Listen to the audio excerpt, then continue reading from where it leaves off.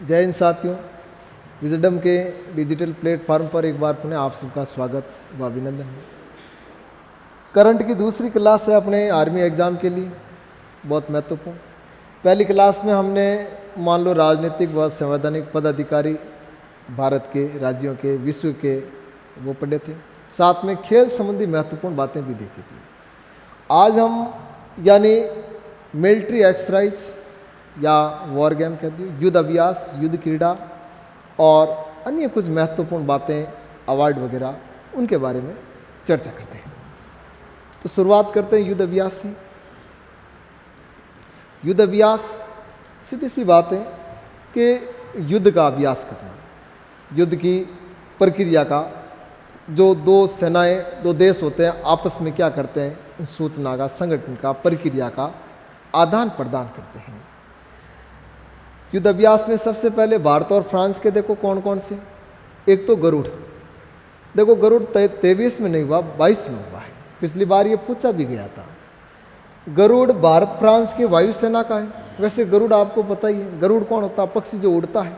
उड़ने वाली सेना कौन है? वायुसेना ही। लेकिन ध्यान रखना, गरुड़ शक्ति आ जाए तो गरुड़ शक्ति जो युद्ध अभ्यास है वो भारत का किन के साथ होता है? इंडोनेशिया के साथ होता है। गरुड़ शक्ति किन के साथ होता है? इंडोनेशिया के साथ। फ्रीजेंक्स ये पहली बार भारतीय और फ्रांस की थल सेना का हुआ है। बाकी देखो नौसेना और वायुसेना का हो रहा है। कहाँ पर संपन्न हुआ? यानी तिरुवनंतपुरम, केरल में संपन्न हुआ। वरुण यानी जल के देवता।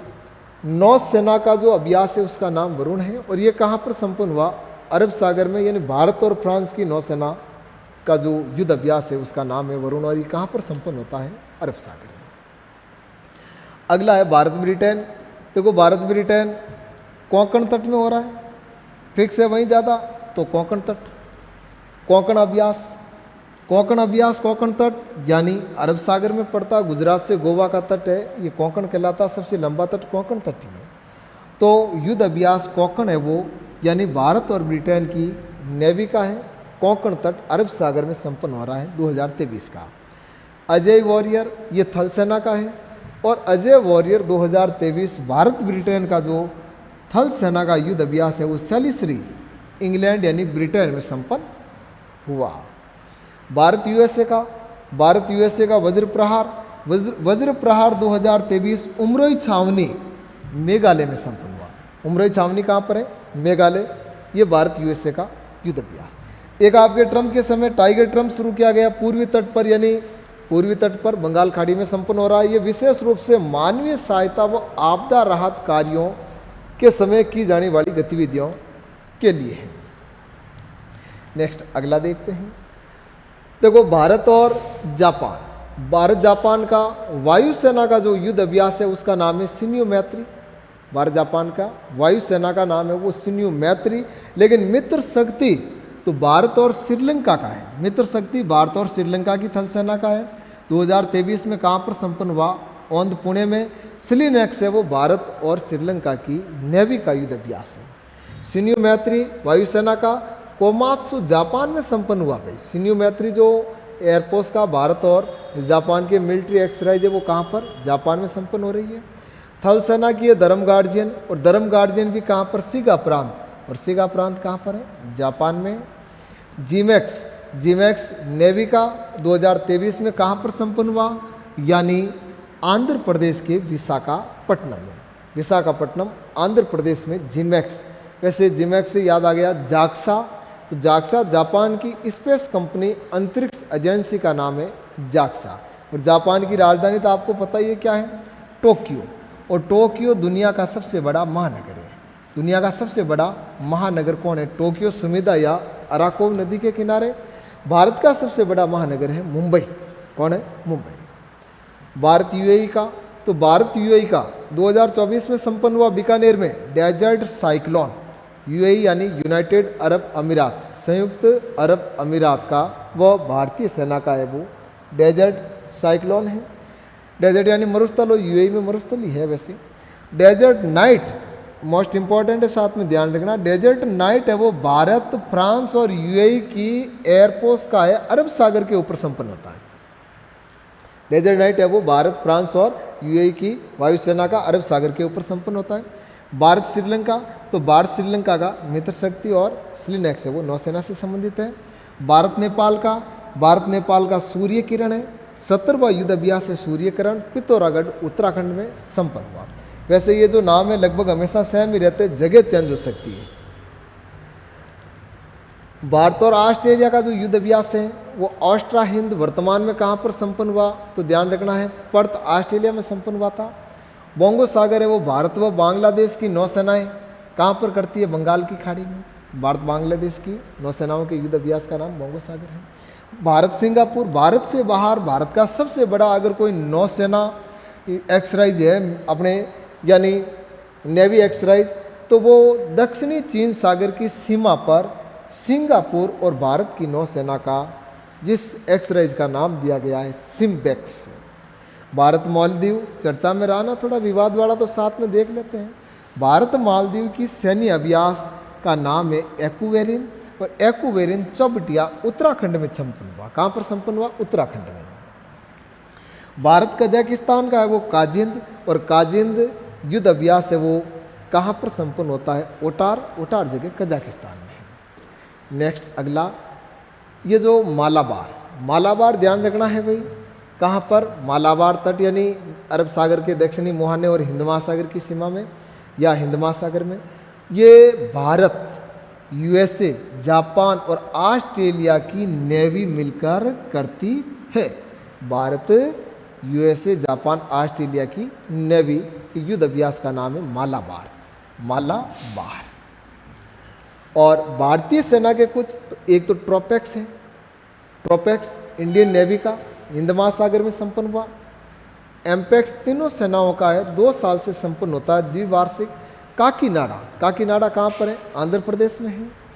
सुदर्शन शक्ति राजस्थान और पंजाब की पश्चिमी सीमाओं पर संपन्न हुआ भाई, यानी पाकिस्तान बॉर्डर के समीप। भारत शक्ति इंपॉर्टेंट है, पोखरण में संपन्न हो रहा है। स्वदेशी हथियार प्रणाली का प्रदर्शन किया जा रहा है। किसका किया जा रहा है, स्वदेशी हथियार प्रणाली का प्रदर्शन किया जा रहा है, और नाम दिया इसे भारत शक्ति का प्रदर्शन कर रहे हैं। तो भारत शक्ति हो गया। भारत किसका प्रदर्शन कर रहा है, शक्ति का। देखो अवार्ड के बारे में देख लेते हैं। पुरस्कार,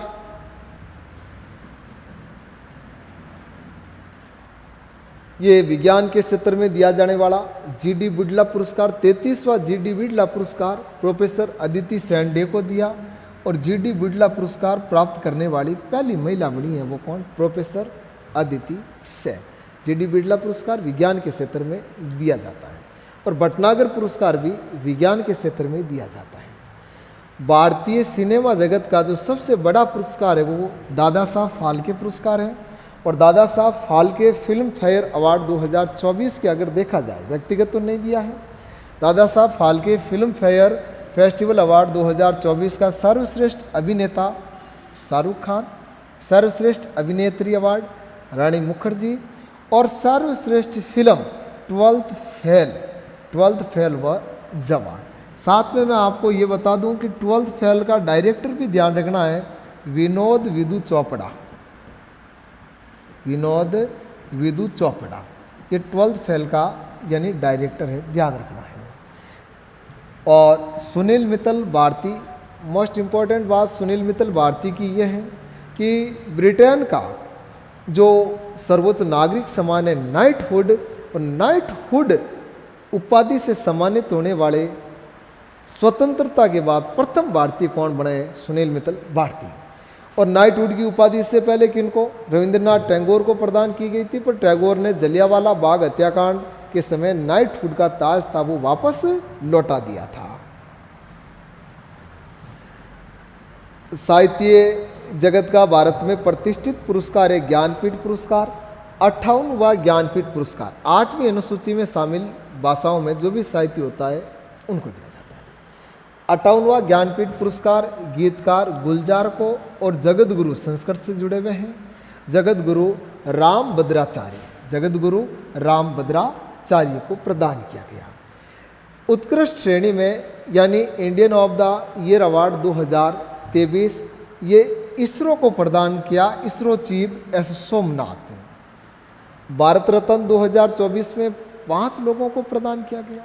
ये 5 लोग कर्पूरी ठाकुर हैं, चौधरी चरण सिंह जी हैं, MS स्वामीनाथन हैं, लाल कृष्ण आडवाणी हैं और हो गया आपके PV नरसिम्हा राव। 2024 में 5 व्यक्तियों को तो पद्म विभूषण दिया गया, ध्यान रखना है। पद्म भूषण कितने को दिया गया है? तो पद्म भूषण दिया है 17 लोगों को और पद्म श्री कितने को दिया गया? 110 व्यक्ति। 5 पद्म विभूषण से सम्मानित होने वाले वैजयंतीमाला बाली है और कार्डिनेला चिरंजीवी है, M वेंकैया नायडू है, बिंदेश्वर पाठक है और पद्मा सुब्रमण्यम है। देखो नेक्स्ट आगे देखते हैं। अन्य महत्वपूर्ण और पॉइंट देख लेते हैं। सरकार ने यानी ट्रांसलेट के लिए 1 से अधिक लैंग्वेज में शिक्षा को ट्रांसलेशन के लिए बहुभाषी शिक्षा के लिए एक ऐप लॉन्च किया है और इस ऐप का नाम है अनुवादिनी। कौन सा ऐप लॉन्च किया? अनुवादिनी। हैनले पासपोर्ट रिपोर्ट जारी करता है। हैनले की पासपोर्ट इंडेक्स में 62 वीज़ा फ्री स्कोर के साथ भारत का कौन सा स्थान रहा? 80वां। शीर्ष स्थान पर फ्रांस, जर्मनी, इटली और जापान है और सबसे निम्नतम रैंक किसकी है? अफगानिस्तान की। 62 वीज़ा फ्री मतलब भारत के नागरिक 62 देशों में बिना वीज़ा के, मतलब केवल आपको पासपोर्ट की ज़रूरत होती है, वीज़े की आवश्यकता नहीं होती, आप भ्रमण करके आ सकते हैं। World air quality most important बात है। वर्ल्ड एयर क्वालिटी रिपोर्ट 2023 में सबसे प्रदूषित देश है वो है बांग्लादेश, सेकंड पाकिस्तान है और थर्ड पे हमारा भारत है पॉल्यूशन के मामले में। महानगरीय क्षेत्र में अगर देखा जाए तो सबसे प्रदूषित शहर है वो बेगूसराय है, पर सबसे प्रदूषित राजधानी की बात आए तो आपके दिल्ली है। चांद की सतह पर सॉफ्ट लैंडिंग कराने वाला 5वां देश कौन बना? जापान बना। चौथा कौन है? भारत है। तीसरा चीन है, दूसरा रसिया और फर्स्ट कौन है? अमेरिका। और जापान के इस चंद्रयान का नाम दिया गया स्लिम। क्या दिया गया? स्लिम। पर चांद के दक्षिणी ध्रुव पर सॉफ्ट लैंडिंग कराने वाला जो पहला देश है वो कौन बना? भारत बना। भ्रष्टाचार बोध सूचकांक 2023 180 देशों को शामिल किया गया। इसमें सर्वाधिक भ्रष्ट देश तो सोमालिया है और सबसे कम कौन है? डेनमार्क है। और भारत का जो रैंक है वो पिछले साल से खिसक कर यानी जो 85वें स्थान पे था, अब अपना आंकड़ा गिरकर कहाँ पहुँच गया?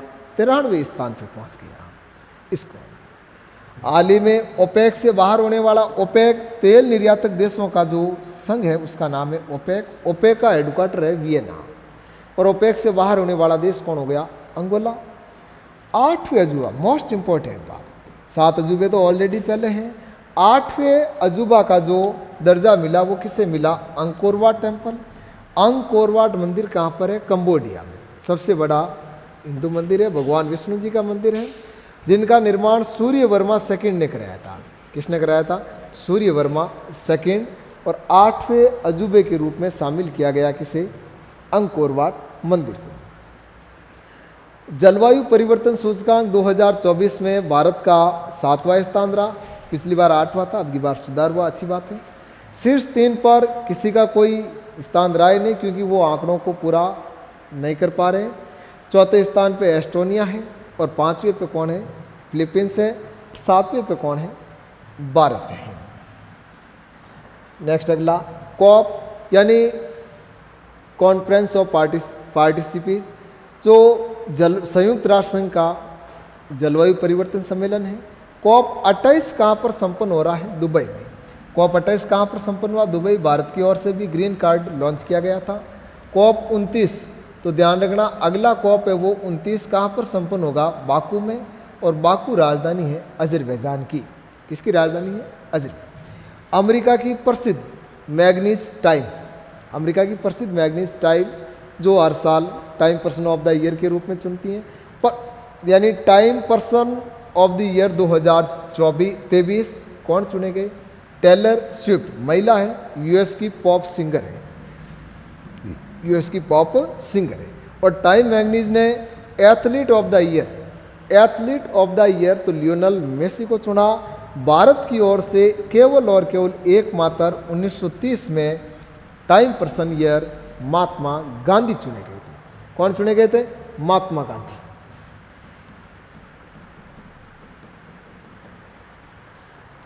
तीसरा विश्व हिंदू कांग्रेस 2023 बैंकॉक में संपन्न हो रहा। बैंकॉक थाईलैंड की राजधानी है और थाईलैंड का एक आर्मी का क्वेश्चन है जो शायद आप सबको याद होगा, सफ़ेद हाथियों का देश। कैसा? सफ़ेद हाथियों का देश। और थाईलैंड का पुराना नाम तो सियाम। पुराना नाम क्या था? सियाम। मिस वर्ल्ड 2024 महत्वपूर्ण बात ये भी साथ में ध्यान रखना है कि ये 2024 की मिस वर्ल्ड प्रतियोगिता कहाँ पर संपन्न हुई? मुंबई में। और 2024 का जो मिस वर्ल्ड खिताब है वो क्रिस्टीना पिस्नकोवा ये चेक गणराज्य की है, इसने जीता। पिछली बार पोलैंड की थी। और विश्व में पहली बार इलेक्ट्रिक टैक्सी को विकसित करके अनुमति देने वाला पहला देश कौन बना है? चीन बना है। स्टार्टअप महाकुंभ 2024 है वो भारत मंडपम यानी प्रगति मैदान दिल्ली में संपन्न हुआ। Global fire power military ranking strength ranking में भारत को चौथा स्थान मिला है, पहले स्थान पे अमेरिका।